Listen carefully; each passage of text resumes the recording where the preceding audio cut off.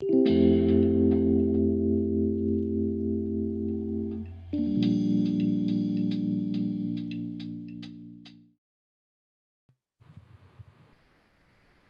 ok, Marcos? Então, vamos lá. Bom, então, boa tarde a todas e todos. Sejam bem-vindas e bem-vindos a essa atividade, esse seminário, o segundo seminário. Antes de começarmos a atividade propriamente dita com a professora Eliane Marta Teixeira Lopes, eu gostaria de passar em nome da equipe do CMF algumas pequenas orientações a fim de otimizar a nossa atividade. Primeiro, a gente pede que todos e todas desliguem os microfones, né? Por razões óbvias, todo mundo sabe os efeitos que isso pode ter os microfones abertos. Quem estiver na sala pode, ao longo da atividade da professora Eliane, depois da sua intervenção, falar diretamente com a conferencista. Quem estiver pelo YouTube pode dirigir as perguntas pelo chat. A Saru Rea, membro do nosso projeto, fará a mediação dessas questões que chegarão pelo YouTube. Esse evento está sendo gravado e ele será disponibilizado depois de devidamente preparado no canal do YouTube no CMF, para que todos possam assisti-lo, acompanhá-lo, etc. Essa se trata de uma atividade de extensão, registrada na UFMG como atividade de extensão, e vocês receberão um formulário de inscrição muito simples, a cada uma das 4 sessões, pelo Google Docs. Será conferida uma declaração individual aos participantes de cada uma das mesas, a começar pela de hoje, e aqueles que participarem das 4 mesas, né, setembro, outubro, novembro e dezembro, receberão um certificado, então, com carga horária integral, um certificado emitido pelo CMF e a Escola de Educação Física da UFMG. Tá certo? Bom, esse é o nosso segundo seminário. Esse seminário, eu vou falar muito rapidamente para deixar a palavra para a Eliane, mas esse segundo seminário deveria acontecer presencialmente na cidade de Montevidéu no próximo mês, e por razões óbvias ele não acontecerá agora, foi transferido para o ano que vem. É o segundo seminário do projeto Corpos, Natureza e Sensibilidade em Perspectiva Transnacional, apoiado pelo Edital Universal do CNC. E é uma parceria do Centro de Pesquisa de Educação. Ay, yo no quiero, gracias. Dale, Alfo. ¿Tus championes dónde están, Alfo? Dale, pon tus championes, quiero. Por favor, algumas pessoas estão com o microfone aberto. Eu pediria que desligasse os microfones. Obrigado. Bom, esse projeto envolve em torno de 30 pesquisadores de 4 países, com 4 eixos gerais de pesquisa, um sobre a história das intimidades, sobre o qual nós falaremos hoje, o segundo, práticas de educação do corpo, o terceiro, natureza, práticas e discursos formativos, e o quarto, corpo, ciência e técnica. Nesse caso específico do segundo seminário, então, nós abrimos com a fala de hoje da professora Eliane Marta Teixeira Lopes, com o tema da história da educação para a intimidade. No dia 9 de outubro, nós teremos um segundo encontro, Corpo, Ciência e Técnica, usos da tecnologia nos processos educativos. E os convidados são a professora Inês Dúcio, da Argentina, do México, e o professor Agustín Escolano Benito, da Espanha. No dia 6 de novembro, nós teremos uma terceira sessão, Artes de Fazer História das Práticas, e a convidada é a professora Diana Vidal, da USP. E finalizamos no dia 11 de dezembro, com o tema O Retorno à Natureza na Reforma da Vida. E o convidado é o professor Alexandre Fernando Vaz, da Universidade Federal de Santa Catarina. Bom, antes de apresentar a Eliane para aqueles que não a conhecem, o que eu acho bastante pouco provável, só queria fazer um destaque para a data de hoje, né? Dia 11 de setembro. É bom que a gente não esqueça que é a data do golpe militar contra o governo de Salvador Allende no Chile, em 1973. E também é a data do atentado do terrorista contra o World Trade Center em Nova York, em 2001. Né? Como contrapartida dessas duas datas terríveis, em 1903 nascia o filósofo Theodor Adorno, certamente um dos grandes expoentes do pensamento crítico do século XX. Então, essa não é uma data qualquer, e eu fico feliz que a Eliane esteja conosco. Bom, a Eliane Marta, para nós, Eliane Marta, é graduada em Pedagogia pela Universidade Federal de Minas Gerais e concluiu o mestrado também na UFMG, além de ser doutora em Filosofia da Educação pela PUC de São Paulo. Fez um pós-doutorado na Escola de Altos Estudos em Ciências Sociais em Paris, é professora emérita da UFMG e tem trabalhado já há bastante tempo na área da educação, com a história da educação, sobretudo relacionando os seguintes temas: história da educação, psicanálise e história, religião e história da formação de professores. Ela é membro do GEP, Grupo de Estudos e Pesquisas em História da Educação, da Faculdade de Educação da UFMG, e é professora visitante sênior pela CAPES no programa de pós-graduação em Educação da Universidade Federal de Ouro Preto. Além de tudo isso, ela é uma grande interlocutora e uma querida companheira de viagem, ou melhor, de viagens, e por isso que nós a convidamos, porque temos certeza que sairíamos daqui engrandecidos depois dessa sessão. Então, a professora falará, como ela disse há pouco, ela falará pelo tempo que ela achar interessante, e depois nós abriremos para a intervenção daqueles que tiverem interesse em dialogar com a professora. Eliane, muito obrigado pelo teu aceite, seja bem-vinda, e a casa é sua.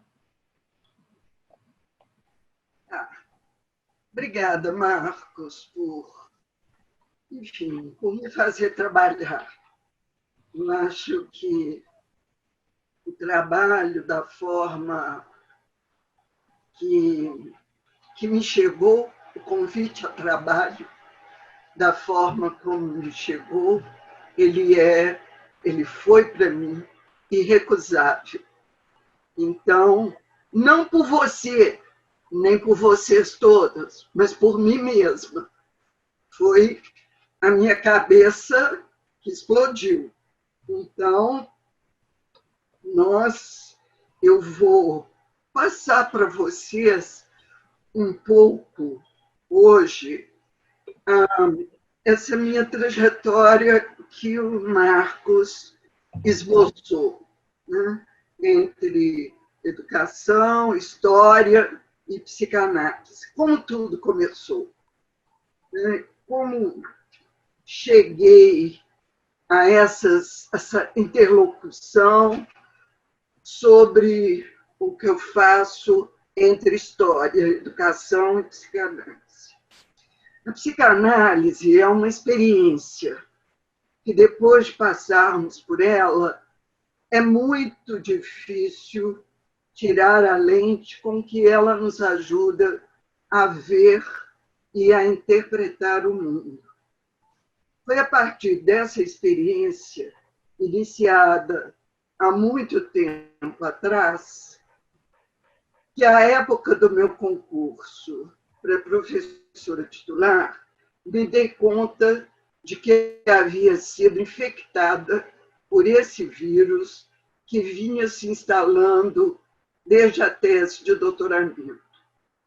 Em 91, foi definitiva a adesão ao modo de pensar psicanalítico. A experiência de análise vinha desde 1974. O modo de pensar psicanalítico é uma expressão de Freud que está em um texto de 1913. Chama O Interesse Científico da Psicanálise, onde ele faz interlocução com várias áreas, com a biologia, com a filologia, que hoje a gente chama de linguística, etc. E essa frase está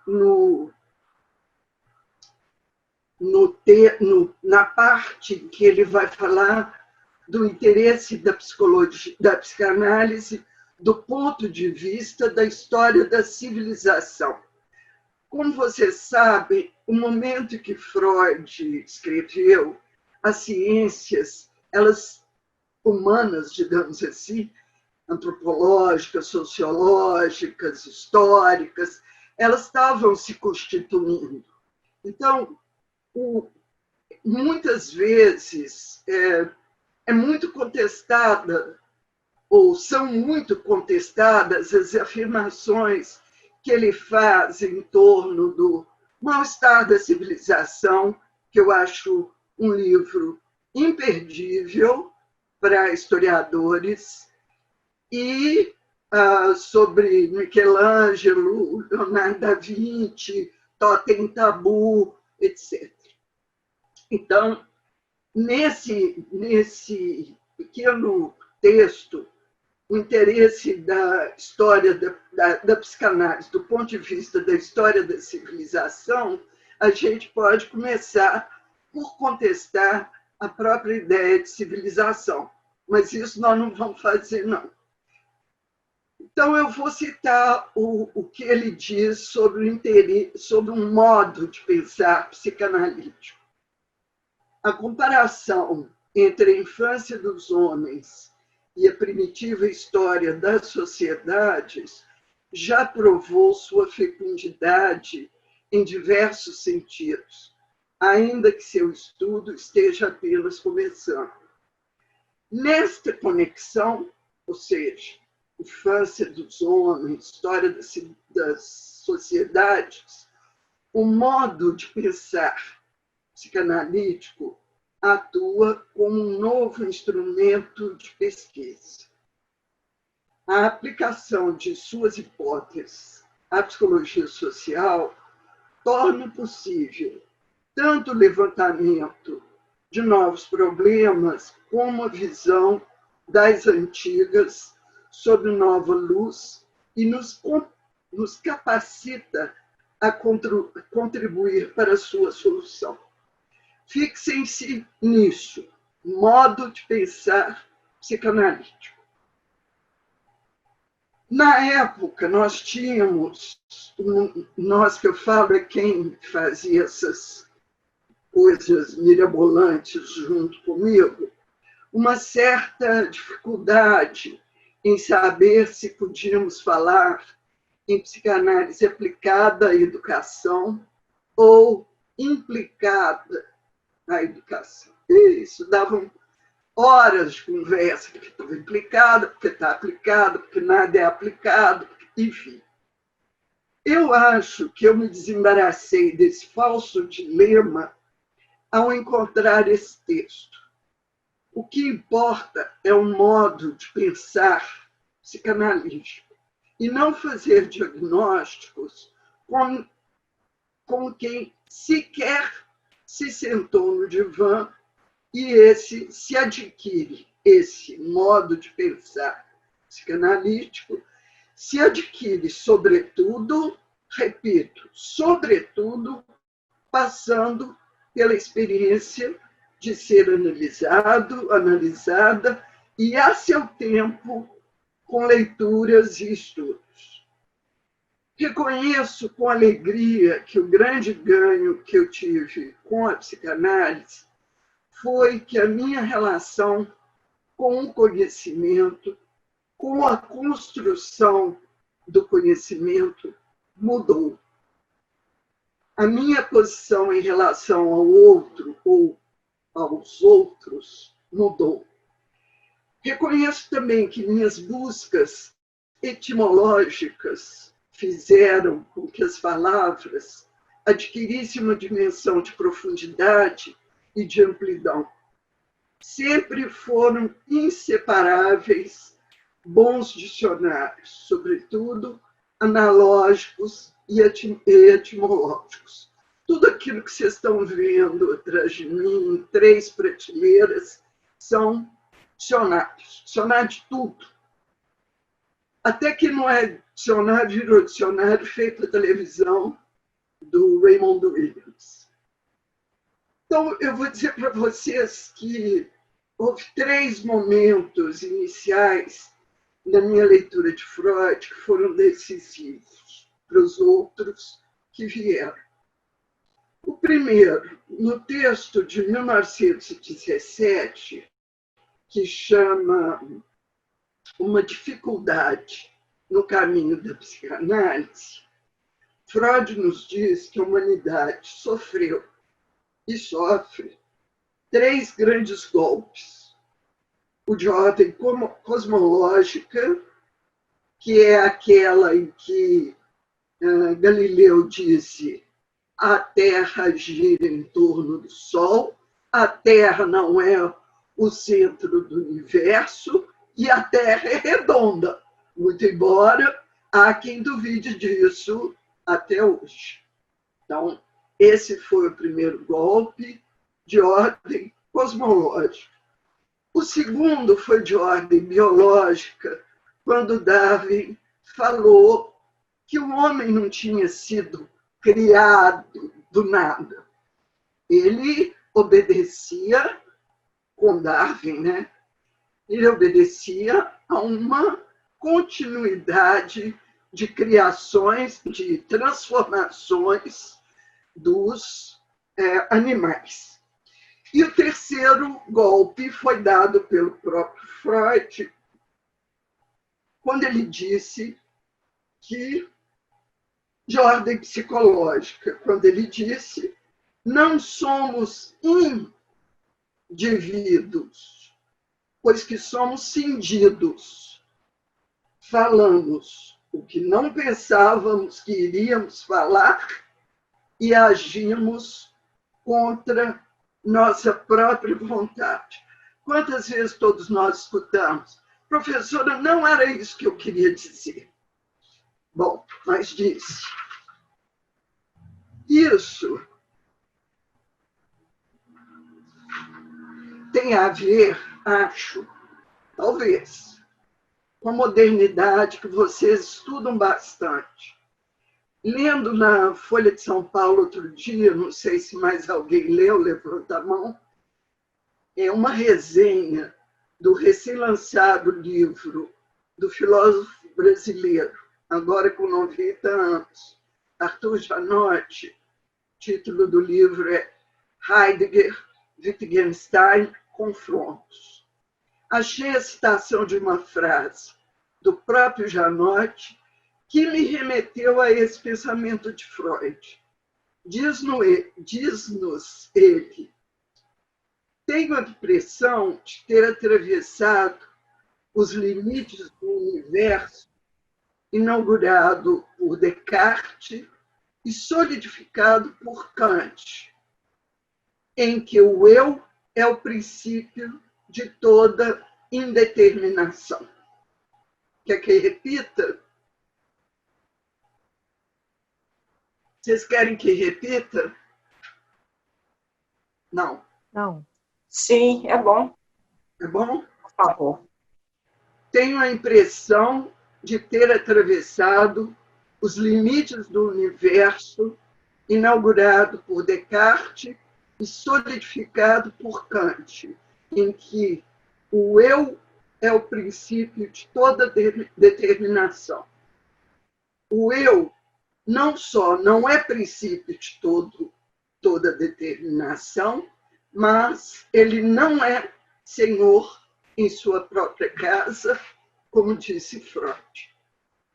O segundo momento na minha trajetória foi quando, em Análise Terminável e Interminável, um texto de 1937, pertinho dele morrer, quando ele já estava em Londres, constatei que educar era uma tarefa impossível. Vou falar disso daqui a pouco. O terceiro momento foi inicialmente trazido por um texto de Paul Ricoeur, publicado na revista Le Portique, uma revista que já está velha. O título do texto é La parole est mon royaume. A palavra é meu reino. O que faço quando ensino? Eu falo. Não tenho outro ganha-pão, não tenho outro orgulho, não tenho outra maneira de transformar o mundo e eu não tenho outra influência sobre os homens. A palavra é meu trabalho, a palavra é meu reino. Se usar a palavra e meu corpo é o que faço, então, a quem me dirijo? Foi na leitura do livro de Catherine Millot, Freud antipedagogo, que esse corpo que uso para falar levou um sério golpe. Definitivamente um golpe. Vou dizer como me vem a memória e depois eu vou repetir. Quando o professor pensa estar se dirigindo ao aluno, é ao seu inconsciente que ele se dirige. Ao lado do texto, no livro, quando li pela primeira vez, eu escrevi ai. E sobre isso não há nada a se fazer, pois que de nada sabemos. Vou explicar com outras palavras, como se isso ajudasse alguma coisa. Não, deixa eu falar de novo, você vai entender. Ele continua não entendendo. Não, peraí, agora a gente sabe que a questão da comunicação ela é muito além da comunicação. Educar é uma ação, pois que é verbo. E o verbo, como possivelmente lembramos todos, é uma palavra que exprime ação, um estado ou um futuro. Portanto, educar é uma ação que alguém pode exercer sobre outro por meio da palavra. Entretanto, como disse, lá vem ele, Santo Agostinho, as palavras nada ensinam, mas nada se ensina sem as palavras. E, infelizmente, para nós humanos, que nem sempre sabemos disso, a palavra é muito mais poderosa do que pensamos que ela seja. Não a controlamos. Durante séculos, os homens se gabaram de que eram os únicos seres vivos do planeta a poder falar. Mas até hoje não acreditam que não dizem só o que querem e que as palavras não dão conta de tudo. Assim é também no ato de educar ou de ensinar. Quando quem educa ou quem ensina imagina estar se dirigindo ao eu do outro, criança ou adulto, o que está atingindo, sem sabê-lo, é o seu inconsciente. E isso não ocorre pelo que crê comunicar, mas pelo que passa do seu próprio inconsciente por meio de suas palavras. Assim, os limites dessa ação de educar encontram sua impossibilidade de que não se submete o inconsciente. É ele que nos sujeita. É verdade que não há outro domínio possível senão o do eu, aquele que se exerce conscientemente, mas trata-se de um domínio ilusório, pois o inconsciente demonstra possuir um peso muito maior do que todas as intenções conscientes. A educação é um dos últimos domínios em que os raios da razão iluminista teimam em estar acesos e ela se gaba disso. O projeto moderno para a escola prometia aos seus usuários ascensão social, compensação, promoção, progresso, cidadania, esclarecimento, instrução, liberdade, igualdade, fraternidade. Tudo. Para simplificar, passou-se a dizer em conluio com a Igreja. Mesmo que não se soubesse que era esse conluio. Sem educação, não há salvação. Com isso, aliava-se ao projeto moderno, o projeto catequético e, podia falar catequético e salvacionista da Igreja Católica. Tornamo-nos todos missionários da razão. É uma herança muito pesada. Uma herança que, infelizmente, não pertence ao passado. Diferentes manifestações em diferentes épocas vão consolidando essas ideias. Tempos atrás, uma poderosa rede de TV anunciava sua atuação no campo da educação e uma voz presunçosa afirmava: por trás de tudo isso existe uma ideia muito forte. E a vinheta vinha melodiosamente. Educação é tudo. Aí sim, entramos no terreno do verdadeiramente impossível. Quando dizemos que educação é tudo, também dizemos que os que a têm, o que julgam tê-la, de nada mais precisam. Estamos, assim, de novo, mais uma vez, salvos. Isso tem 20 anos. A ideia de salvação persistia, persiste. Nas leituras, deparei, esse é o quarto ponto, e incorporei, ou seja, tirei-o do contexto em que estava, me apropriei dele, porque algo me disse que ele me servia, incorporei-o no meu corpo, um novo conceito, dessa vez de Lacan, o conceito de não toda. Eu não vou explicar o que é não toda, não, porque falar que a mulher é não toda, vai falar que, enfim, mas não toda, como eu estou sempre com essas questões na cabeça, falei, opa, a educação é não toda. A noção do não todo lacaniano tem valor crítico em relação ao universal. Lembram-se?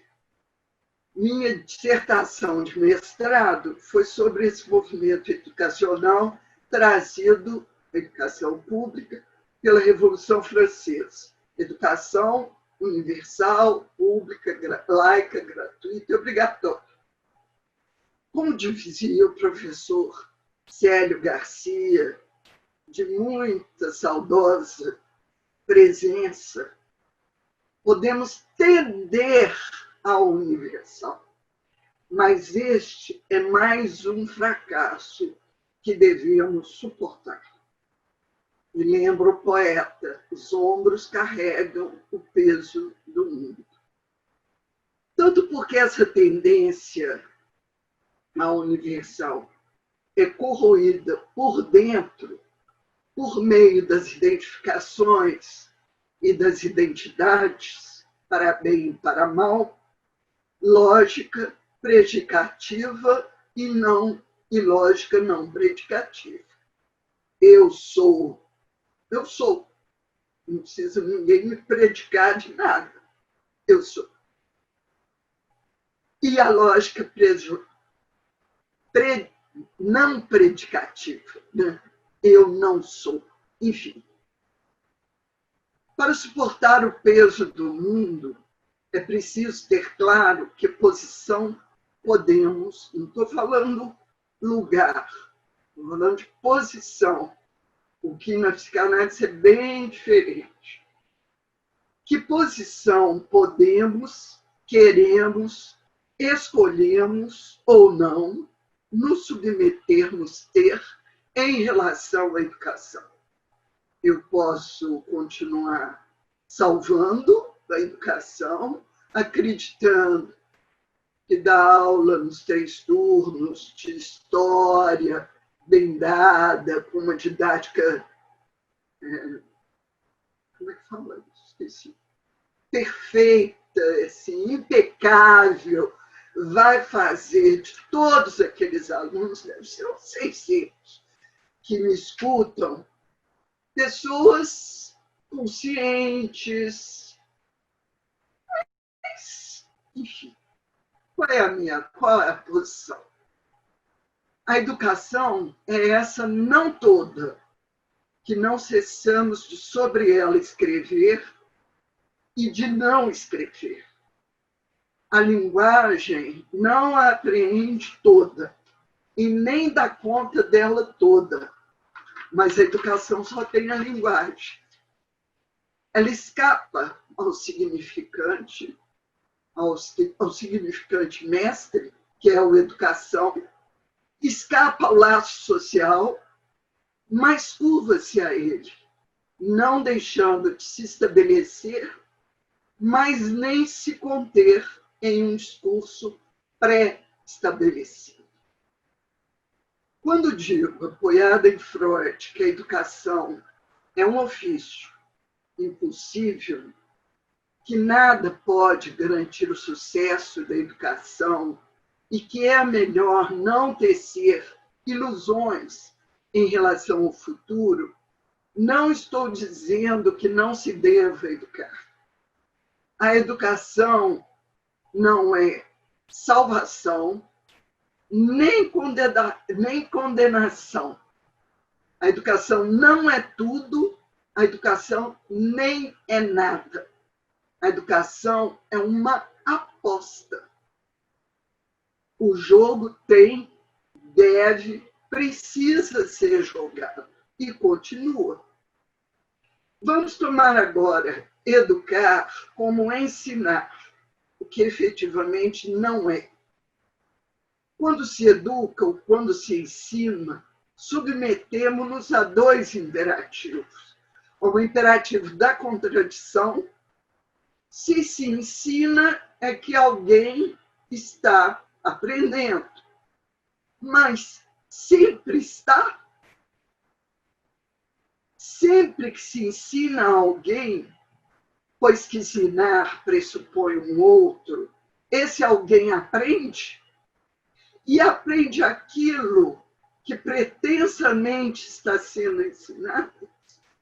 Ou voltamos ao ai? E o outro imperativo, a perversão. Porque não há nenhuma garantia de que exista uma correspondência entre os 2 termos, ensinar e aprender. E, sendo assim, não há garantia para o ato. Assim, educação, ensino, seminários, aulas e provas não são lugares de facilidades. À espreita, inimigos fidalgais e figadais, arrancam os fígados, agarram-nos com toda delicadeza as unhas de ferro da submissão e da repetição. Repete, repete, que tu aprendes, disseram para Paulo Freire.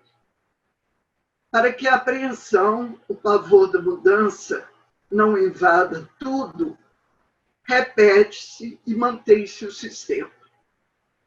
A mesmice invencível talvez possa ser vencida, apenas isso, talvez. Se ao invés de sempre aprender com o outro, ao outro, pudermos desaprender ou aprender de novo mais uma vez. E não é repetição.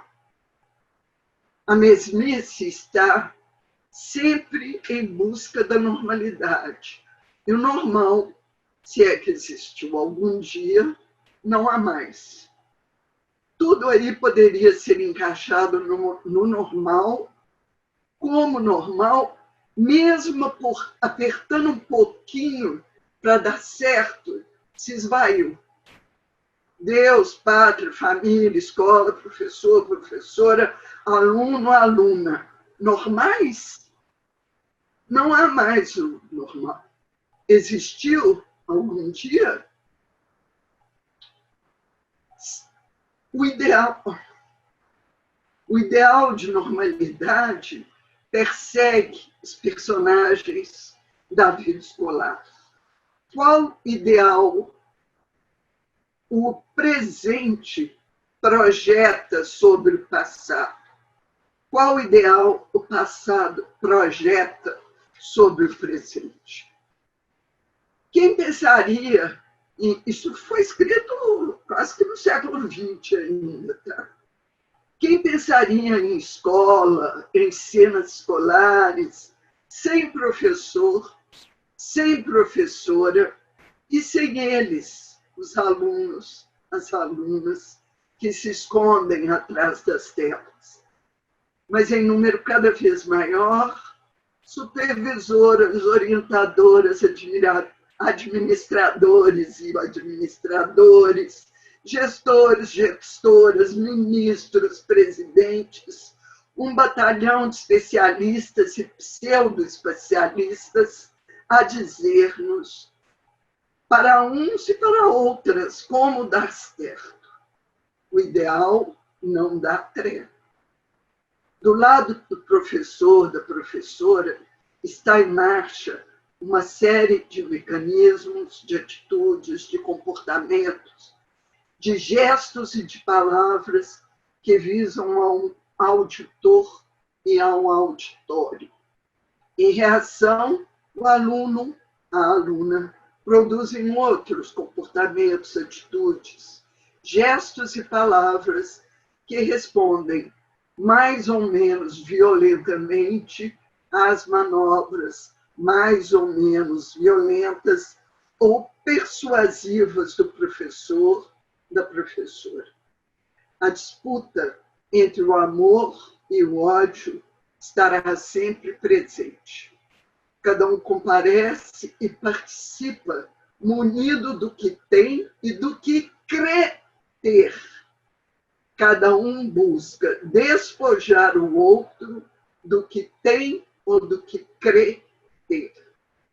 Como na mesa do jogo, apostamos. Essas são partes de um texto que reescrevi em 2012. De alguma forma, já se sabia que isso tudo ia acontecer, que esse normal iria ser derrubado. Estava lá isso a que chamam novo normal, e que eu prefiro chamar novo futuro, que é sempre fugidio e que sempre nos escapa. Pausa para tomar água, né? Tintim. Ao vinho, hein, Marcos? Virá em breve. Vamos lá. Branco. Um Chablis. Um Pinot Grigio 2019.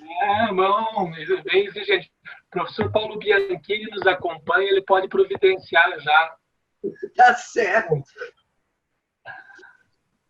Bom, feito gracejo, na minha primeira conversa com você, Marcos, lembrei que havia um livro intitulado, talvez vocês não conheçam, um livro que nunca entrou em moda. Ele é História da Educação, não, História Íntima da Humanidade, do Theodor Zeldin. Mas eu logo vi que não ia servir para o que estava explodindo dentro da minha cabeça, não. Mas é interessante, tem uns casos bons. Mas foi quando eu escutei a palavra intimidade que uma outra explodiu literalmente na minha cabeça. Extimidades. Se há intimidades, haveria extimidades. Nunca desprezem, eu sei que eu estou falando com doutores, mesmo assim vou dar conselho. Nunca desprezem o que lhes vem à cabeça como uma bomba, como intuição, como possível caminho de pesquisa.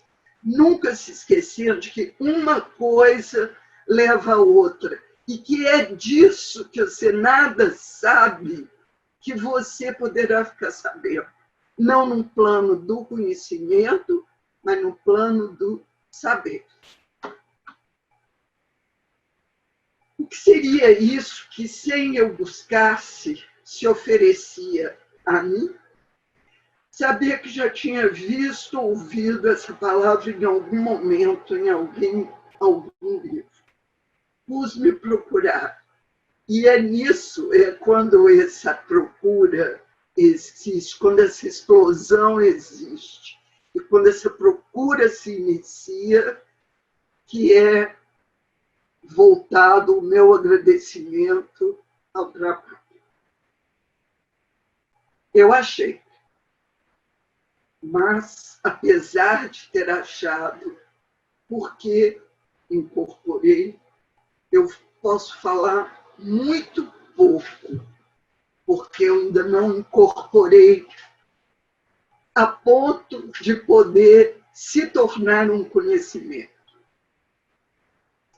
Estimo é um neologismo criado por Lacan para indicar algo do sujeito que lhe é mais íntimo, mais singular, mas que está fora, no exterior. Trata-se de uma formulação paradoxal. Aquilo que é mais interior, mais próximo, mais íntimo, está no exterior. Freud já a demonstrava ao falar da ferida narcísica, com o surgimento do inconsciente. O homem não é senhor da sua morada. Íntimo está no este. Lacan continua com um questionamento. Qual é, pois, esse outro a quem sou mais apegado do que a mim, já que no seio mais consentido de minha intimidade comigo mesmo, é ele que me agita? A palavra estimo me fez lembrar o Unheimlich, o estranho familiar, que Freud usa em seu texto, o estranho, que eu sei que não é estranho a vocês, né? Ambos os termos parecem carregar certa ambiguidade. Ambas parecem portar a noção de interior e exterior acontecendo juntos. Ambos são capazes de conjugar o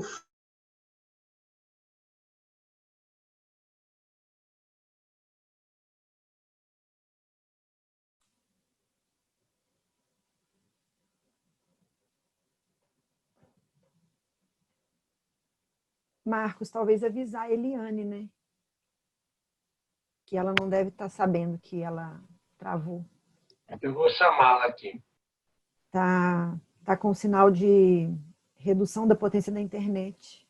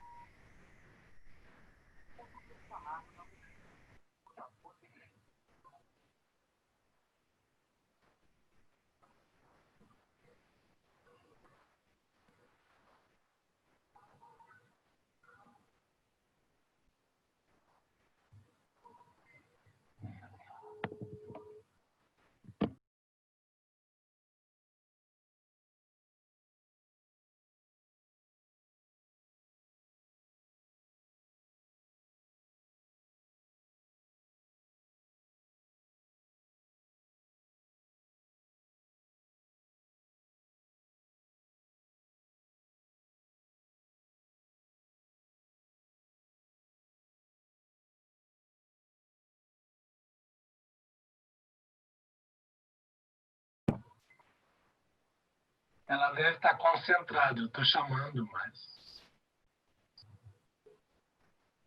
E ela caiu mesmo, que ela não está constando mais aqui entre os participantes.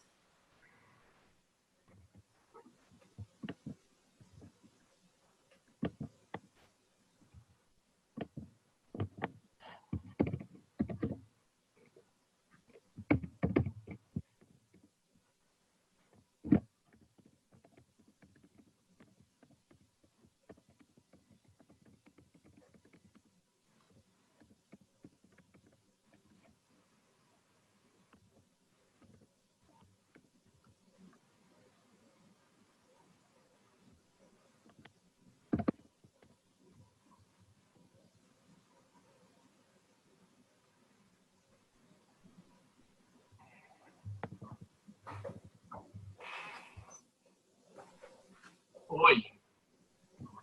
Caiu a tua internet.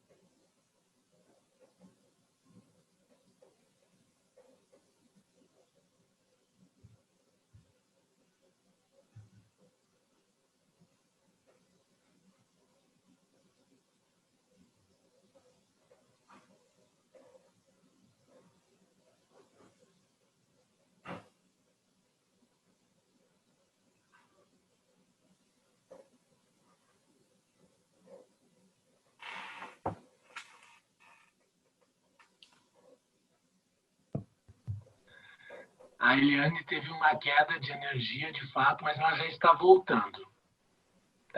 Em alguns minutinhos ela já está voltando. Aguardamos, já chegou, pronto. Ela já está entrando. Olha aí. Pode. Bom,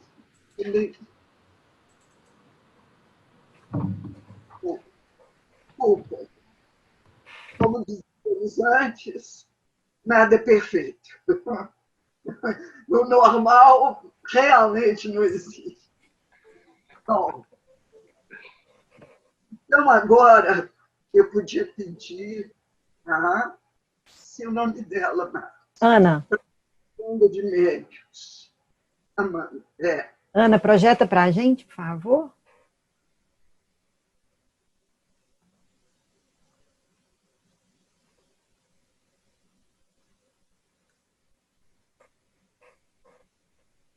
Está vendo? Isso é o que pode nos ajudar a pensar esse dentro e fora. Repara numa formiguinha que acompanha o caminho dela. Vamos ver que ela passa, começa de fora, depois ela vai e vai. Eu imagino que muitos de vocês tenham familiaridade com essa figura, que é uma figura topológica, mas que o Escher fez dela uma arte. É o símbolo do infinito também, e representa um caminho sem começo e sem fim. E é o que a gente pode pensar disso tudo que a gente vem falando.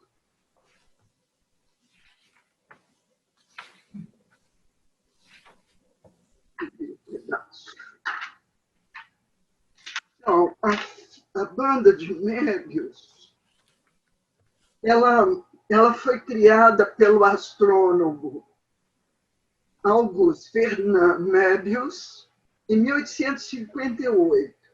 E Escher fez essa figura em 1963. para figurar a impossibilidade de representar o dentro e o fora como espaços antagônicos. Olha, eu tive muita sorte de descobrir essa figurinha que anda, porque eu tinha feito uma coisa porca, porque eu tenho grandes ideias manuais, mas não sei fazer nada. Então, era assim, eu vou ter uma fita crepe. Essa banda, ela é feita por um artesão de... Vocês estão vendo direito? Artesão, não. Ele é um artista. Lá de Tiradentes, que chama Valim Branco, que se especializou em figuras de Mébius, em bandas de Mébius. E essa eu comprei logo que ele começou a fazer. Ela é daquela madeira fio de riga, não envernizada, não polida. É um trabalho que eu adoro. Tudo que ele faz na madeira é de uma beleza. Então, eu fui passando essa fita crepe por dentro e por fora, mas isso aqui é muito mais bonito e muito mais eloquente do que essa minha mísera banda de médicos. Entenderam? Então, assim, é a fratura constitutiva da intimidade. O falante tem certa dificuldade para acompanhar a intimidade como algo seu, pois se revela como elemento do real, e o real sempre traz consigo as marcas do horror. Saibam que, se vocês constatarem que estão com Covid, vocês estarão diante do horror. Aquilo que não dá para ser simbolizado. O real é aquilo que não dá para ser simbolizado. É aquilo que a gente diz para a mãe de um grande amigo que faleceu. Eu não tenho palavras para dizer. Eu não sei como isso aconteceu. Eu não dou conta de contar. É isso, você está diante do real. Aquilo que não pode ser simbolizado. Bom, aqui eu dou outra pausa. Pense aí nas formiguinhas.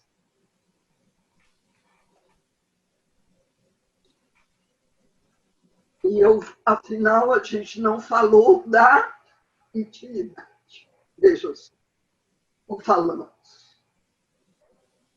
Porque, na verdade, me sinto embaraçada ou embaraçada, feta, com o uso da palavra como conceito. Marcos, eu acho que é essa a chave do nosso problema. Intimidade não é um conceito. E usar a palavra não é difícil.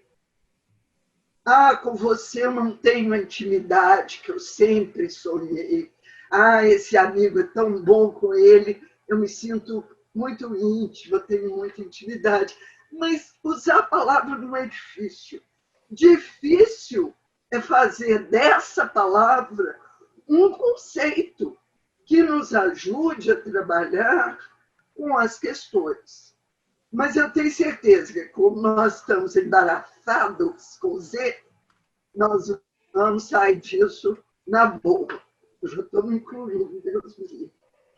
No texto do Marcos, por exemplo, eu fiquei pensando, qual é o sujeito da intimidade? Como é que ele sabe?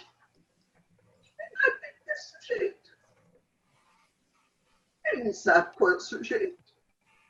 O padre professa, mas a quem ele se dirige? Né?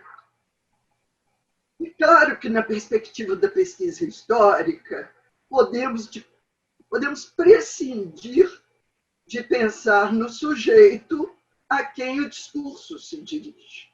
Na linguística, não. Ou até sim, mas tem sempre aquela coisa do emissor, do emissário, do receptor, tarará, eu não trabalho com a emissão, eu trabalho com a recepção, enfim, mas não é nesse campo que nós estamos. Então, mas a gente pode prescindir de pensar no discurso como parte de uma cadeia de significantes, uma cadeia de outros discursos, aquilo que aprisiona outros discursos. Mas como fazer isso? Eu vou dizer a vocês, olhando para os lados, para cima, para baixo, pode ser uma boa estratégia. Não olha para frente. Nem sempre olhar para frente na história, seja ela do que for, é uma boa estratégia. Afinal, o que autorizava o senhor padre a escrever o que escreveu? E outras que deve ter falado ou escrito em um jornal que era órgão oficial do Estado de Minas Gerais, apenas 16 anos depois de proclamada a República como um Estado laico. O que o autorizou a isso? Era laico mesmo esse Estado? O que pode autorizar um historiador concluir se era ou não laico? Esse Estado de Minas Gerais, esse jornal oficial, era laico? Ele sabe se nas outras instâncias educativas que você menciona e que rodeavam o jornal, havia laicidade, ou se apenas esse porta-voz de ideias, que era o padre, que supostamente as ideias atingiam a intimidade de quem o lesse, se autorizava a escrever o que escrevia? Em qual teoria, em qual historiografia a gente pode se abrigar? Eu pego o título do texto do Marcos, porque eu tive um pequeno insight, mais ou menos ao 12:30 de hoje. A defesa da intimidade com valor formativo era a mesma coisa, nas primeiras décadas do século XX no Brasil. A família entre a transformação e a conservação dos costumes. E se a gente pegasse intimidade, não como conceito, mas como categoria?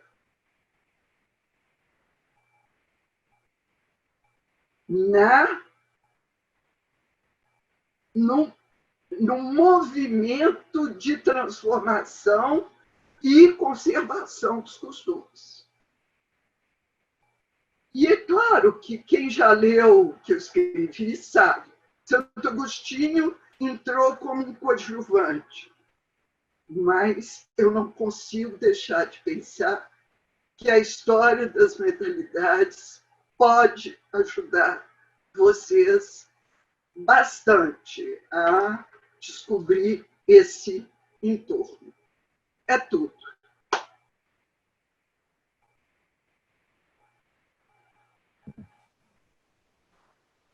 Acabou.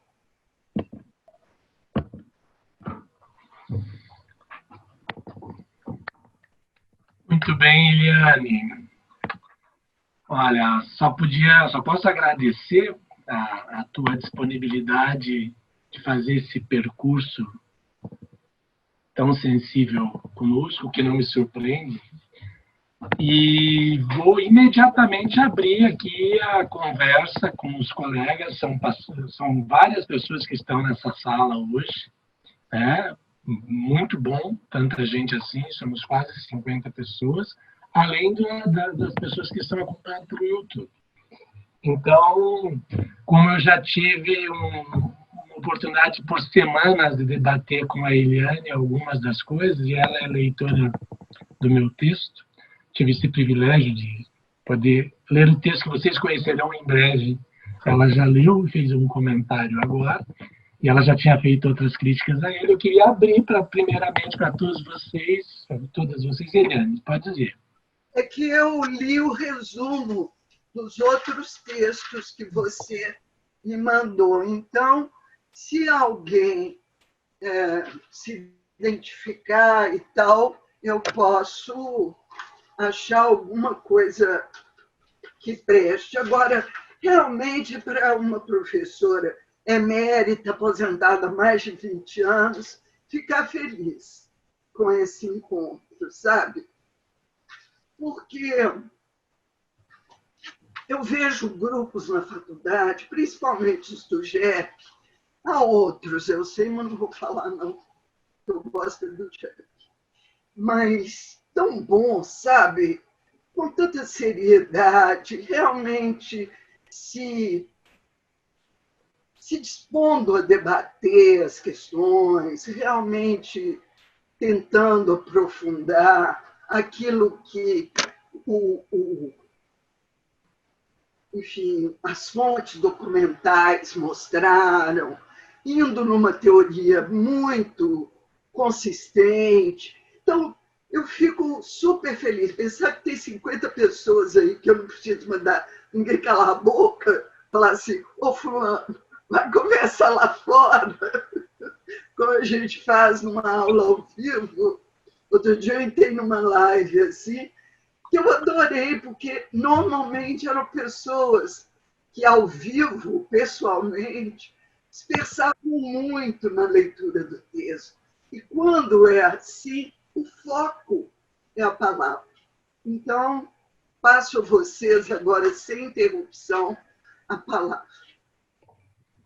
Então, nós temos aqui alguns dos colegas que participam do grupo nesse eixo da história da educação da intimidade. A Mônica está aqui, o Paulo Bianchini, da Itália, a Kênia, a Sara, não vi se o Léo. Os colegas, vários colegas aqui que trabalham com a relação entre história e psicanálise, que estão conosco no projeto também, enfim, a palavra está aberta.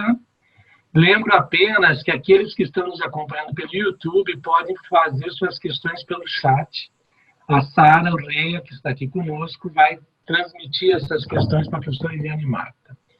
E quem está lá, com a palavra aberta. Fiquem à vontade.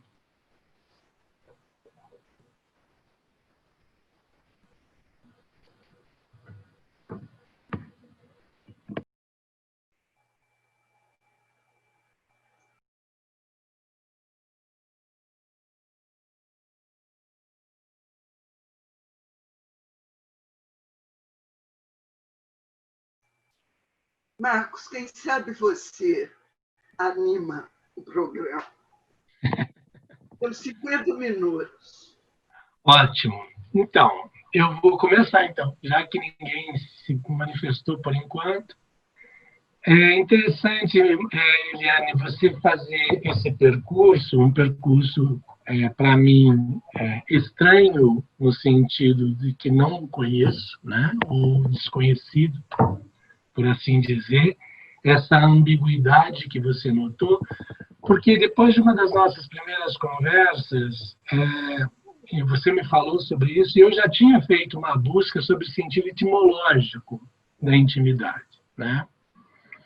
E isso é uma coisa que foi discutida, inclusive, no âmbito das nossas reuniões de pesquisa, quando as pessoas perguntavam algo que você também perguntou, mas privado é a mesma coisa que íntimo. Íntimo é a mesma coisa que doméstico, né? E eu fui fazer esse percurso etimológico e foi interessante observar uma distinção aparente em alguns trabalhos que diz respeito ao fato do íntimo ser aquilo que é exatamente do interior, né? É do interior, e que não é possível você compartilhar, você abrir para o mundo, você intercambiar, né? Aquilo que o define, ou a define mais fortemente. Na contraposição, o privado é aquilo que você pode dispor, é aquilo que você pode intercambiar, você pode barganhar, né? E agora você nos apresenta uma outra possibilidade. E eu deixo chamar a atenção aqui, eu não estou disposto a reescrever todo esse texto. Mas vale a pena pensar já num outro texto para incorporar algumas das coisas que você está fazendo. O meu dilema, e essa é a questão que eu queria pensar com você, já que você leu o texto e viu como é que eu mobilizei aquelas fontes, aqueles documentos todos, é justamente como entrar nessa discussão do ponto de vista daquilo que a documentação nos apresenta, e eu queria, na verdade, que você desenvolvesse mais isso para nós. E esse problema que você localiza. Tratar a intimidade faz sentido pensando nessa força, por exemplo, da tradição católica, né?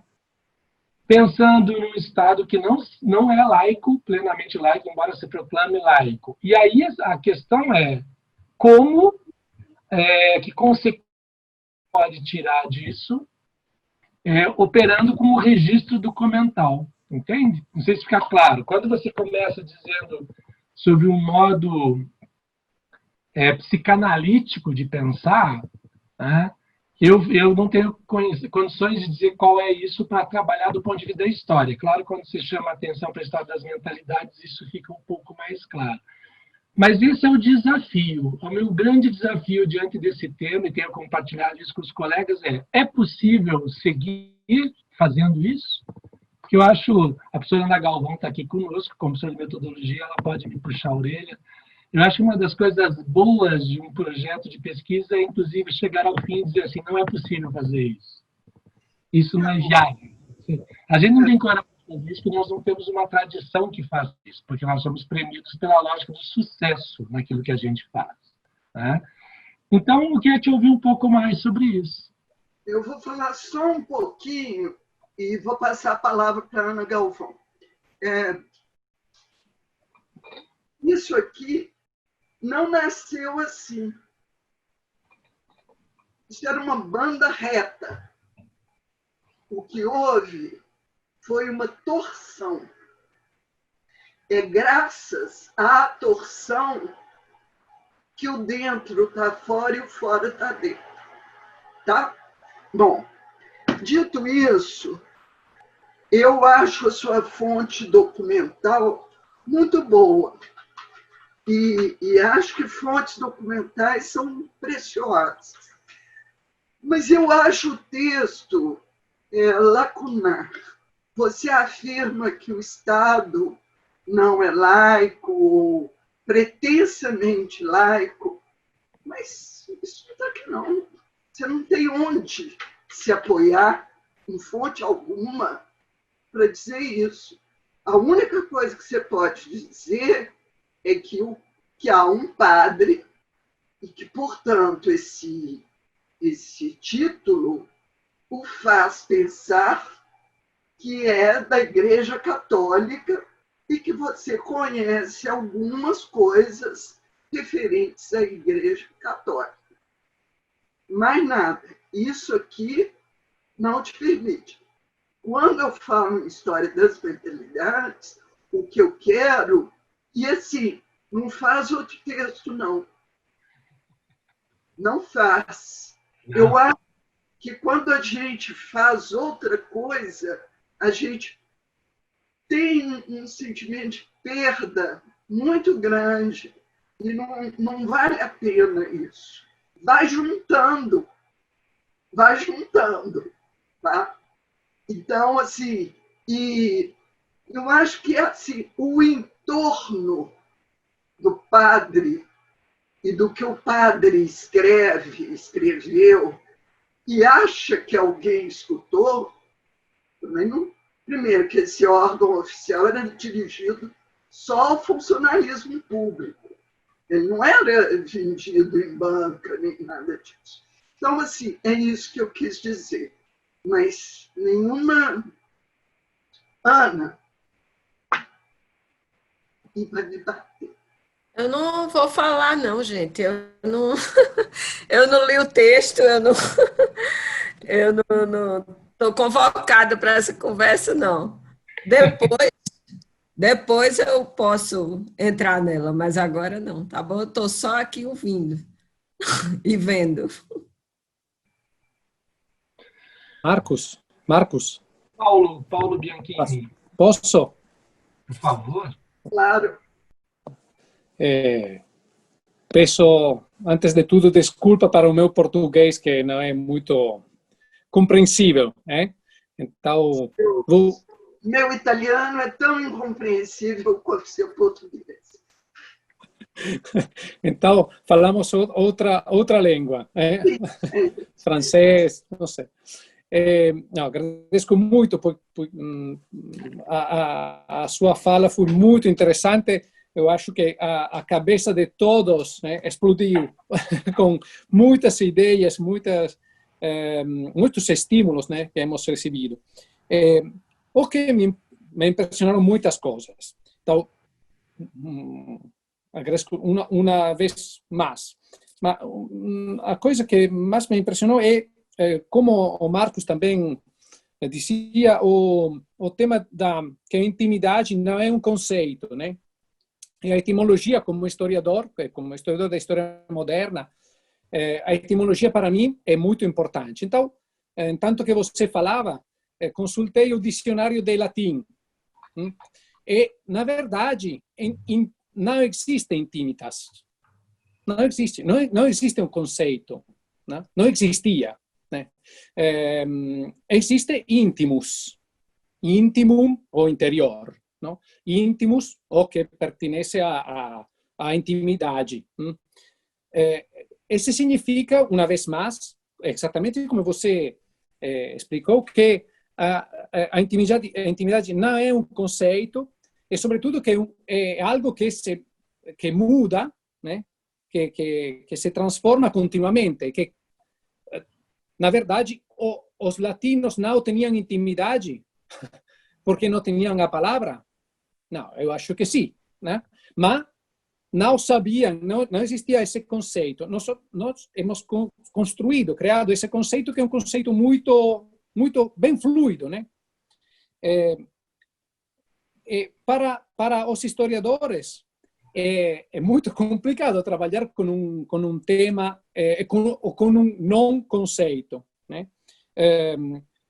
Como intimidade. Porque, por exemplo, eu gostaria de saber a sua opinião sobre essa reflexão, porque vou fazer agora.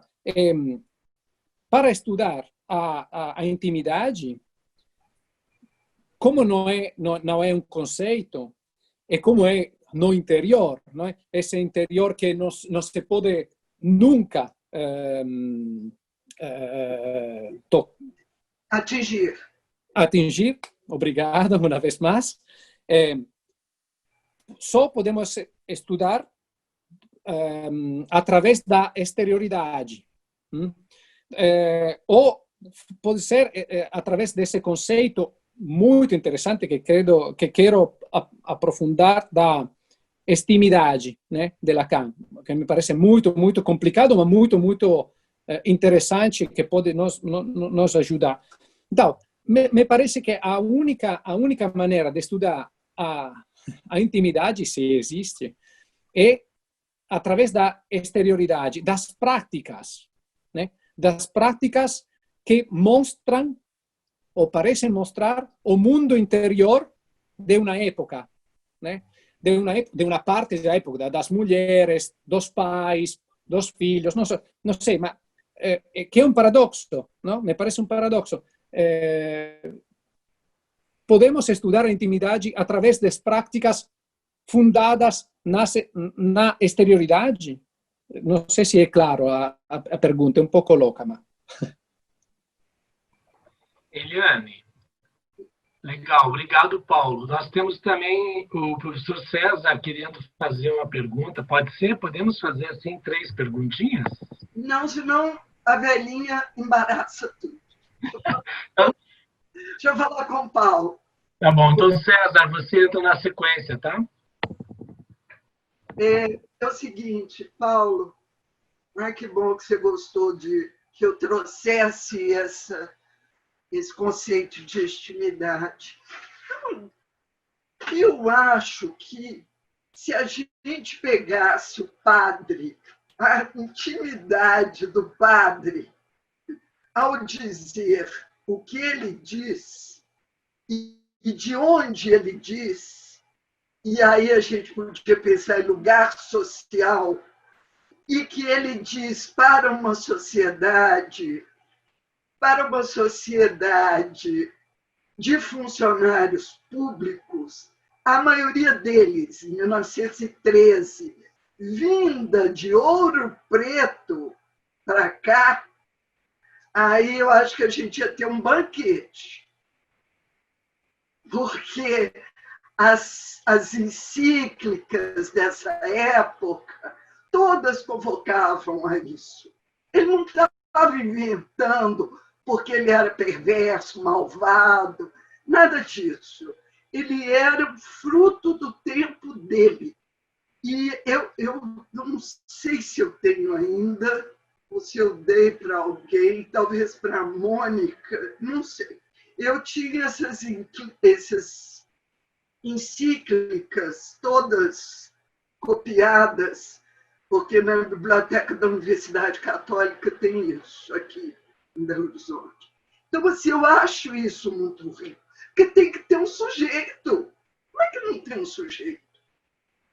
E esse sujeito da prática, ele está inserido num conjunto de práticas. Se você tivesse o diário íntimo, o journal intime, como dizem os franceses, que aqui não existe, isso aí você podia supor a intimidade dele, só supor. Mas nós não temos. Para que esse homem está falando, gente?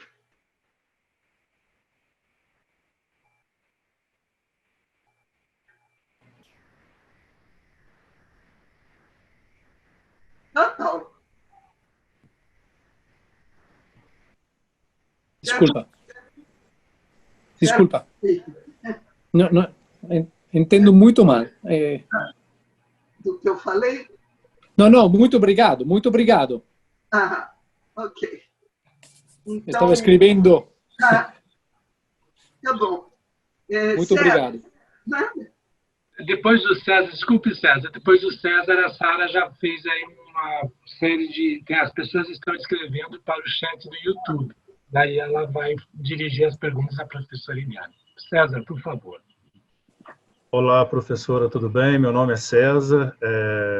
Muito obrigado pela sua fala. Eu sou um psicanalista frustrado, assim, eu ainda não me considero psicanalista, mas eu fiz análise durante muito tempo e sou filho de psicanalista, irmão de psicanalista e outras coisas, e agora sou marido também de uma psicanalista. E fiz análise com o Célio Garcia também, e aí eu fico pensando, assim, quando você estava falando, eu não li esse texto também, mas eu estava fazendo algumas reflexões sobre essa questão da intimidade e da psicanálise, que é uma forma, né, de se chegar à sua intimidade ou se aproximar dela. E pensando um pouco na contemporaneidade, eu sempre gosto também de fazer essas reflexões pensando no nosso tempo presente, como que a gente vive hoje uma exposição de uma falsa intimidade que está nos deixando cada vez mais longe de uma compreensão da própria intimidade. Eu percebo isso pelas redes sociais, né? Então eu tento expor uma intimidade que a maioria das vezes ela é fake, né? Ela é falsa ou ela é superficial, e eu vou me afastando da minha própria intimidade. E aí só uma provocação. a psicanálise, ela não vai trazer essa intimidade somente para o homem burguês, para o bourgeois, né? Será que... Só para te provocar um pouco, não sei se ficou claro. Será que quando a Anitta está dançando, ela não está expondo o que é mais íntimo dela, a vontade de dançar, de expor o talento dela, e que lá fora, e por isso é íntimo, esse íntimo dela. Hoje eu acho que esses nossos conceitos, eles estão um pouco frágeis para a gente discutir a atualidade, a contemporaneidade, quando se vê que a fortuna do país está na mão de 2% de pessoas que vivem do trabalho de 98%, os burgueses estão aí mais, né? Eles podem estar com estilo de vida, tal como lá no início do século XX havia um estilo de vida, e mesmo nos anos 50 ou nos anos 80, com a maluquice, mesmo quando o Narciso sai de férias, como diz o Caetano, existe um estilo de vida burguês. Mas a burguesia, eu acho que a gente pode repensar isso, César. Não sei qual que é o seu trabalho dentro desse grupo? Eu estou voltando, na verdade, eu agora sou professor substituto, eu estou no lugar do Tarcísio Mauro Vago, mas eu sou professor lá das Ciências Médicas, sou professor, inclusive, do curso de Psicologia, e fiz meu doutorado na Paris 11, eu fiquei na França 4 anos também, e aí eu pensei naquele termo, né, o bobô, né, que é o bourgeois, e o boêmio, né, que eu acho que talvez seja uma nova burguesia aí, esse pessoal que vai lá naquele mercado novo e acha que é mais alternativo e que, no final das contas, está reproduzindo todo esse consumismo, né? Eu quero parecer pobre, mas, no final das contas, eu quero o Pinot Noir, eu quero um vinho bom, né? Um pouco nesse sentido. Quem foi o teu orientador? O que, Eliane? Eu não escutei. Quem foi seu orientador? Meu orientador foi, na verdade, ele é das Ciências Econômicas, o nome dele é Dominique Charrier, a minha área é mais geopolítica e relações internacionais do esporte, que é uma área que eu pesquiso um pouco mais a fundo. Interessante. E você fez análise enquanto você estava na França? Daqui eu não quero saber, não. Eu cheguei a fazer com o Laurent, né? Não sei se a senhora conhece. Henri Laurent, e a minha esposa fez com a Dominique Laurent. Foi muito legal, assim. Que bom, então, vai em frente. Fiquei entusiasmada com a sua participação. Tá. Beleza, muito obrigado, professor. Obrigada a você. Gente, vou passar para a Sara, porque tem questões vindas do YouTube, mas eu só lembrei no chat aqui, só a título de lembrança mesmo, que o César tocou na questão disparadora desse projeto, quando o Paulo e eu conversávamos há 4 anos, 4 anos atrás, em Turim. Então, é interessante só para ver como as coisas vão se encadeando, né? Sara, por favor. É lindo. Bom, tem aqui Jorge Santos, com referência à menção que a senhora fez do Santo Agostinho. Ele diz que traz à tona... Você pode dizer quem é você? Claro que sim, professora, desculpa. Meu nome é Sara Urrea, Eu faço doutorado na UFMG, o doutorado latino-americano, com o professor Marcos Taborda. E estou no eixo das intimidades. Meu português não é muito bom, mas eu acho que eu consigo me fazer entender. Não, fala como você quiser. O Jorge Santos escreveu no YouTube, com referência à menção que a senhora fez do Santo Agostinho, que justamente a partir da obra Confissões traz à tona a tensão intimidade e a devassa. Intimidade não é também transição, intimidade, devassidão. E aí ele coloca uma outra pergunta que eu acho interessante, porque também tem sido discutido no grupo, que tem a ver com a questão das cartas. O gênero documental das cartas entraria nessa passagem, íntimo, devasso. Aí tem outra, mas eu acho que pode começar com essa daí. Obrigada, Sara, pela pergunta. Eu li o seu resumo. Transformación de las costumbres campesinas na educación desde la intimidad del hogar. Análisis de las campañas de acción cultural popular na colônia. Você sabe que eu não sei o que eu vou responder para você ainda não, porque a leitura do seu texto me fez lembrar de uma autora que nós temos, a Margarete Rago. Você conhece? Não. Sabe por que me fez lembrar? Porque a Margarete, ela é professora, ou era, não sei, ela trabalhou muito com os anarquistas. E os anarquistas, eles têm essas campanhas de promoção de uma ética do melhoramento, elementos da vida cotidiana, da vida doméstica, do domínio privado. Ana, você lembra, por acaso, o título do livro da Margarete Rago? Não?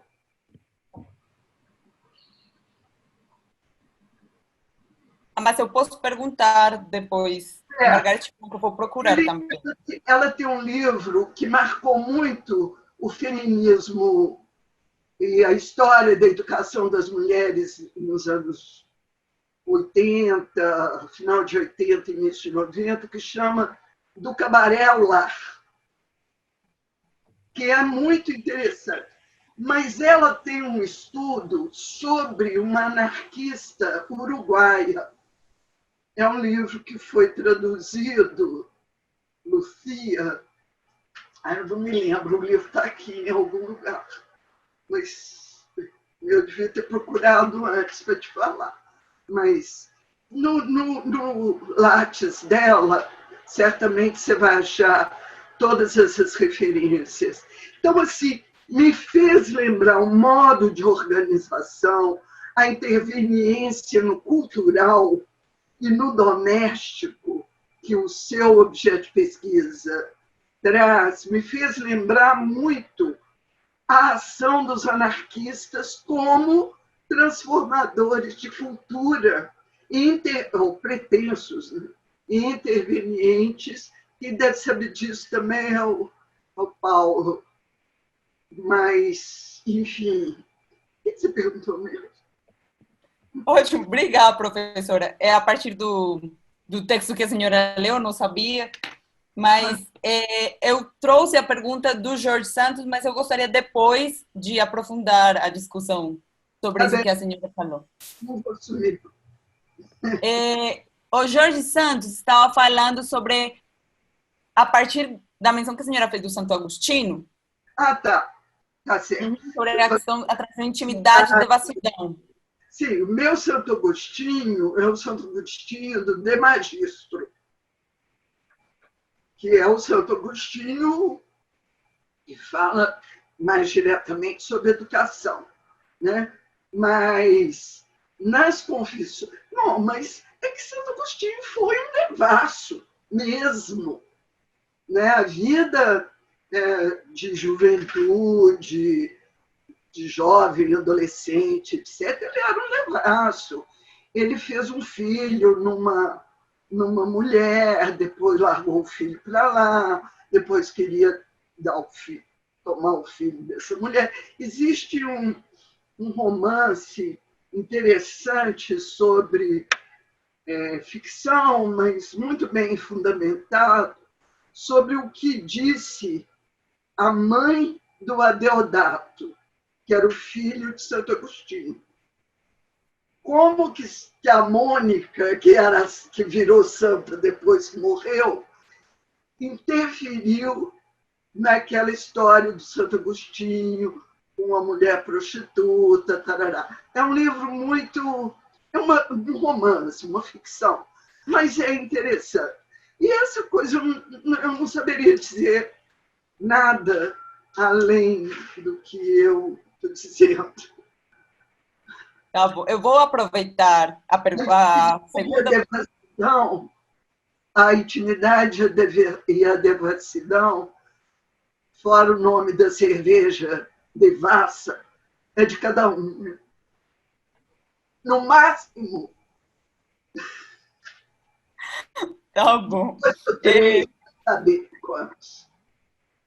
Professora, vou pegar aqui do Jorge Santos. Ele pergunta sobre o gênero documental das cartas. E a segunda parte do meu trabalho pretende trabalhar precisamente com correspondência, por uma pergunta que tem a ver se é possível historizar a intimidade, se for possível historizar, talvez as cartas sejam, como os diários, como as escritas mais pessoais, uma possibilidade? Eu acho que aí nesse campo você tem uma vasta bibliografia. Você tem, por exemplo, a Ana Galvão, a aluna dela, trabalhou com cartas no doutorado, a Joseni. Isso. Entre os Espíndolas, que era uma família, a família do Anísio Teixeira, na verdade, mas lá da Bahia.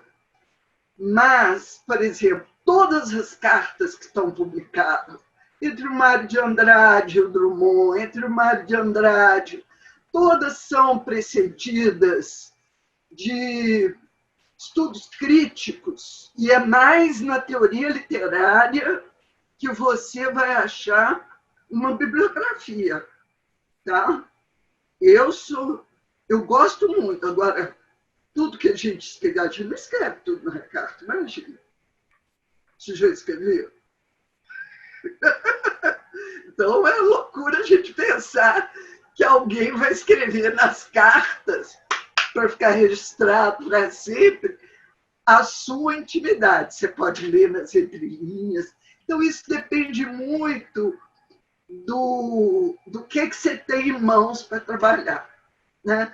Mas te digo aí, é na teoria literária, na crítica literária, que você vai achar mais do que na história. Tá? Perfeito, professora. Pode falar, professora. Não, na verdade, eu queria só chamar a atenção que parece que tem mais uma pessoa, não? No YouTube, Luara, é isso?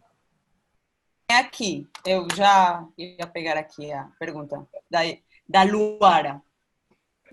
Da Luara Faria dos Santos. Diz, professora Eliane, obrigada pela exposição. Gostaria de saber, com base no real, como aquilo que não pode ser simbolizado, se é lícito pensar numa análise historiográfica sobre a educação do corpo na escola do século XX, a partir da tensão entre normalização e escape.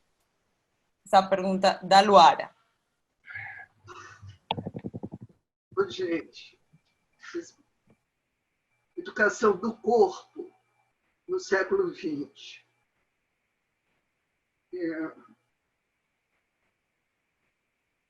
Vocês não veem novela, né? Eu vejo. Se vocês virem um capítulozinho do Fina Estampa, que passa na Globo, depois do Jornal Nacional, que ninguém vê, certamente só eu, Então, vocês vão ter oportunidade de ver o que é a educação dos corpos ali. É muito interessante você ver os corpos em movimento sem nenhuma elucubração, nenhuma coisa, só ali aqueles corpos figurando um imaginário. Eles estão em ação, é puro imaginário aquilo. Então, será que a garota ou o garoto que sai da academia ou depois de uma aula de educação física, ele não está confrontando com o real. Quem confronta com o real do corpo somos todos nós e tudo, mas aquilo que acontece ali na aula de educação física ou na academia é da ordem do imaginário. Assim, é o que o Célio Garcia César, que ontem eu estava vendo no YouTube dele, ele fala, tanto falam com o menino que ele é bonito quando ele é pequeno, que quando ele cresce ele acha que ele é bonito mesmo.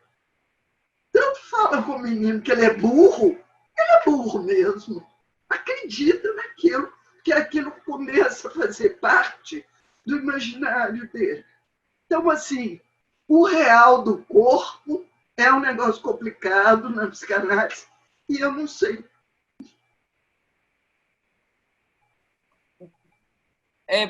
Não sei se a professora Kátia talvez quer ler a pergunta que ela colocou aqui no chat para a professora. Ou se... Kátia. Olá, olá. Olá, professora, eu sou Kátia Braghini, eu participo do grupo, né, no projeto do Marcos, da Meili, e eu estou na coordenação junto com o Eduardo Galac no eixo da técnica. Né?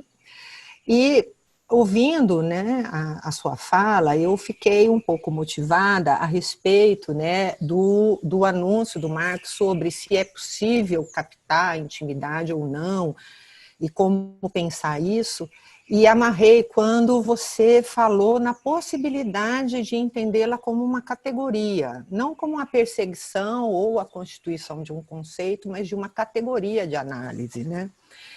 E estava me lembrando que, de certa maneira, na coletânea do Peter Gay sobre a educação dos sentidos, ele apresenta, então, a questão da vida burguesa, né? A partir de uma série de classificações que ele vai tirando da documentação para poder apresentar como seria, então, né, a própria organização dessa classe social, a constituição dessa classe social, ao mesmo tempo em que está se constituindo a ideia de individualidade, de indivíduo, e também a separação entre público e privado. E aí eu fiquei pensando nessa questão da categoria. Pelo seguinte, as documentações que ele usa, ele fica perseguindo sonhos, ele fica perseguindo registros de diários íntimos, etc. e tal. A questão é que a gente consegue observar naquele livro a história da intimidade de algumas mulheres, né? O fato é que elas, se me lembro bem, elas não ficam falando que isso é íntimo, mas há toda uma possibilidade de, pelos registros que se deixa, colocar que foi exteriorizado, né, formas de ser a partir de práticas e de ações que, classificadas, né, aí sim um movimento historiográfico, a gente começa a perceber aquilo que é próprio, né, do que está sendo organizado na prática, em um contexto e dentro de um espaço específico, o que poderia ser classificado ou categorizado como intimidade. Quer dizer, a minha pergunta é mais ou menos no sentido de amarrar as duas coisas. Não sei se é uma questão mesmo de uma dificuldade de apreensão, se não, talvez, um movimento mesmo, né, do historiador, né, no trato, né, com essa documentação, de, em vez de ficar constituindo mesmo, né, uma ideia perseguir essa ideia a partir da documentação, pensando a intimidade mais como categoria, né? Será que é isso que eu entendi? É mais ou menos nesse sentido. Obrigada. Ótimo. Obrigada pela pergunta. É difícil, né? Certamente, quando você lê uma carta, Sara, quando você lê uma carta em que está dito, que uma mulher diz assim, ele vinha se aproximando, está escrevendo para uma amiga, ele vinha se aproximando e eu me senti perdida. Meu corpo esquentou como se eu estivesse com febre. Que é isso? É uma intimidade. Ela está falando, ratificando o que a Kátia falou. Ela está falando da intimidade dela. Meu corpo esquentou como se eu estivesse com febre. Todo mundo sabe o que significa isso, né? Estou com tesão. E isso é da intimidade. Mas como categorizar uma coisa só num acervo documental? Não tem jeito. Porque as categorias, elas se entrelaçam. As categorias dão força uma à outra. Então, assim, é quem está com a mão na massa que sabe? É quem está com a mão na massa, é quem está com esse raio da espada na mão, é que sabe melhor, tá? Eu acho que sim. Tem uma outra aluna aqui, uma outra participante do grupo, que eu queria comentar. Enquanto a senhora procura, só para falar que aqui no YouTube várias pessoas colocaram o nome, que o Pedro falou que é o livro da água, do cabaré ao lar, a utopia da cidade disciplinar. Mas tem outro, se tem essa biografia que eu te falei. Quer ver? Tá. Também. Maria Cristina está aí? Maria Cristina está aí? Morandini. Sim. Se foi eu, não sei. Sim. Morandini. Maria Cristina Morandini. Então, não. Eu resumo, né? Marco, você estava com o microfone fechado. Não está aqui, a Maria Cristina. Eu gostei muito da proposta dela e não é por nada, né? Porque eu fiz isso também. Então, e eu queria indicar para ela o livro do Claude Langlois, que chama Le Catholicisme au Féminin. É um puta livro dessa grossura, que tem um índice absolutamente fantástico, muito bem feito, e queria falar de um filme também, que quando... Você quer perguntar alguma coisa? Não. Um filme que talvez em algum cineclube antigo vocês possam ter visto, que chama, em português chamou Infâmia. Em inglês ele chama The Fox, eu acho. É baseado num romance da Lillian Helmer. É um filme que se passa numa escola, com a Shirley MacLaine e a Audrey Hepburn, em que uma das meninas ricas dessa escola americana, aquelas escolas para meninas, né? Ela percebe que talvez haja um amor entre as duas professoras. E ela espalha o boato, o que dá processo, o que dá... Então, essa vida da Itália Donati, que ela fala aqui me fez lembrar esse filme, porque é um filme muito forte. O final dele é incrível, né? Então, só isso que eu queria comentar com ela, que eu achei muito interessante o objeto dela e as fontes. Tá? Você diga a ela. Muito obrigado. Vou passar a referência a Maria Cristina. Se eu puder, eu passo para o Marcos o título do filme. O título do filme. E ele passa para você. Obrigado. Nada. Eliane, o livro de Margaret Hago é A Aventura de Contar-se? É esse que você está falando? Que é daquelas militantes feministas? Não, é outro ainda, né? É outro ainda. Tá bom. Porque eu acho que esse também pode ser interessante para a Sara. Porque aqui aparece o professor Kazuma e fala entre a história e a liberdade.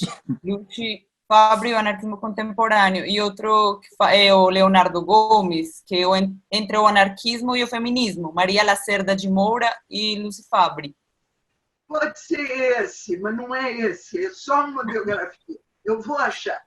Não se preocupe, deve estar ali. Não tem mais perguntas, mas sim uma questão com referência à educação dessa intimidade. Porque uma coisa é a possibilidade de encontrar ela nas fontes, mesmo com a dificuldade que pode ser, mas como pensar possibilidade de uma educação da intimidade. Dá, né? Que você está falando. Você conhece a frase "é para seu bem"? Conheço, escutei muito. Pois então. É isso. É para o seu bem. Tira a mão daí. Estou falando, é para o seu bem. Que história de diário é essa, com chave? Me dá a chave agora. Estou parecendo uma atriz louca aqui. Me dá a chave agora. Aí abre o diário. Mas você está saindo ainda com esse menino? Então, são várias as práticas da educação da intimidade. E intimidade, não esqueçamos, tem a ver com desejo.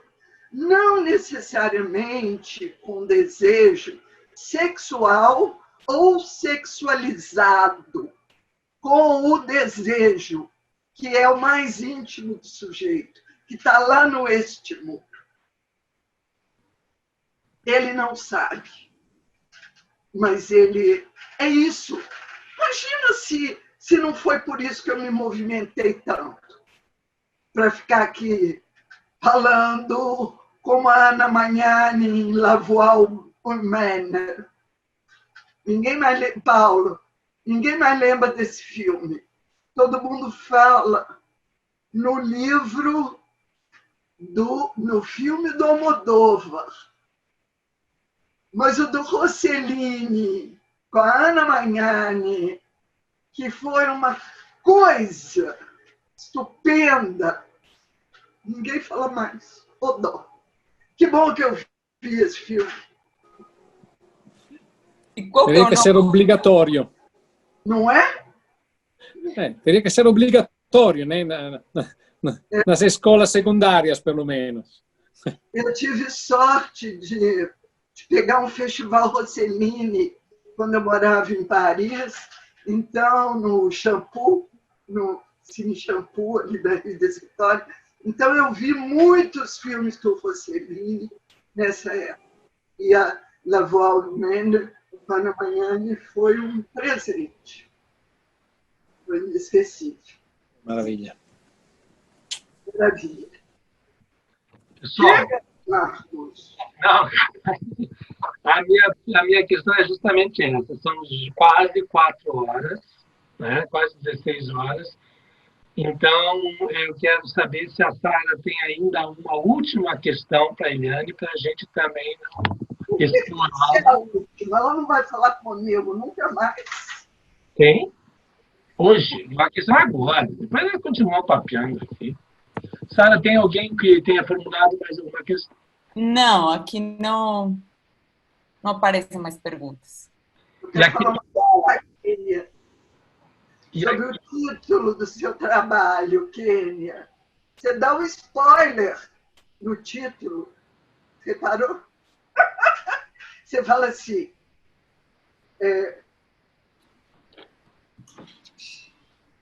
O Círculo Brasileiro de Educação Sexual, a verdadeira moral sexual, transformando a intimidade na década de 30. Isso é spoiler! Já falou o que é. Mas, gente, é muito interessante esse EBS. E lá tem mentalidade. Esse homem, ele tem muitos companheiros no Rio de Janeiro. Foi uma leva de homens que foram para o Rio de Janeiro, médicos, né?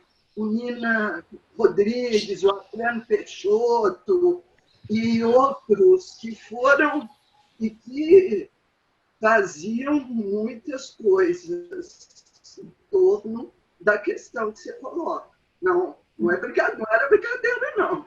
Era de mandar examinar a moça recém-casada para ver se ela tinha sido virgem antes de casar ou não. Era uma coisa feroz, o mínimo que se pode dizer. Deu, né, gente? Deu, obrigada, Eliane, muito obrigada. Gente, olha só.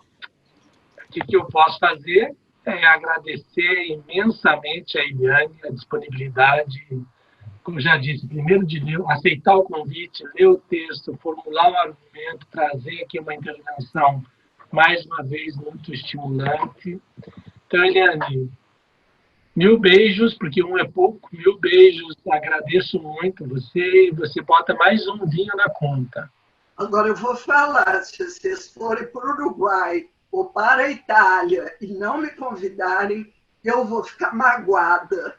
Io parlo italiano, Paulo. E allora è perfetto. È perfetto. Então, nossos colegas, nossos amigos e amigas do Uruguai estão aqui. Inês está aí, Paula está aí, Gonçalo está aí, enfim, a Ceci, o Paulo. Vocês têm um grupo. O que não vai faltar é convite para você, para a gente continuar nossas viagens lá fora. Muito obrigado, Nilson. Muito parabéns para vocês. Vocês têm coisas muito importantes a serem ditas para a área de história e para a área de educação. Lembrem-se, a educação é historiadora. Legal, obrigado. E agradecer a todos, todas, quem nos acompanha no YouTube. Muito obrigado pela participação. Aqui na sala, o pessoal do grupo, que está intensamente envolvido com esse seminário, esperamos nos encontrar em fevereiro, março, em Montevidéu. Mas lembrando que temos uma nova sessão no dia 9 de outubro, outra no dia 6 de novembro, e finalizamos esse segundo seminário no dia 11 de dezembro. Desde já estão todas convidadas, todos convidados. Um grande beijo. Obrigado à equipe do CEMEF, não só a Cris e a Meili, mas não sei se são só meninas. Hoje eu só vi meninos e falei com meninas. Mas, enfim, toda a equipe do CEMEF está no suporte, Yara, Ana. Obrigado pelo suporte, tudo que vocês dão aí para a gente seguir nosso trabalho. Tá bom? Beijos, abraços, pensamentos loucos para todos. Tchau. Ciao, ciao, obrigado.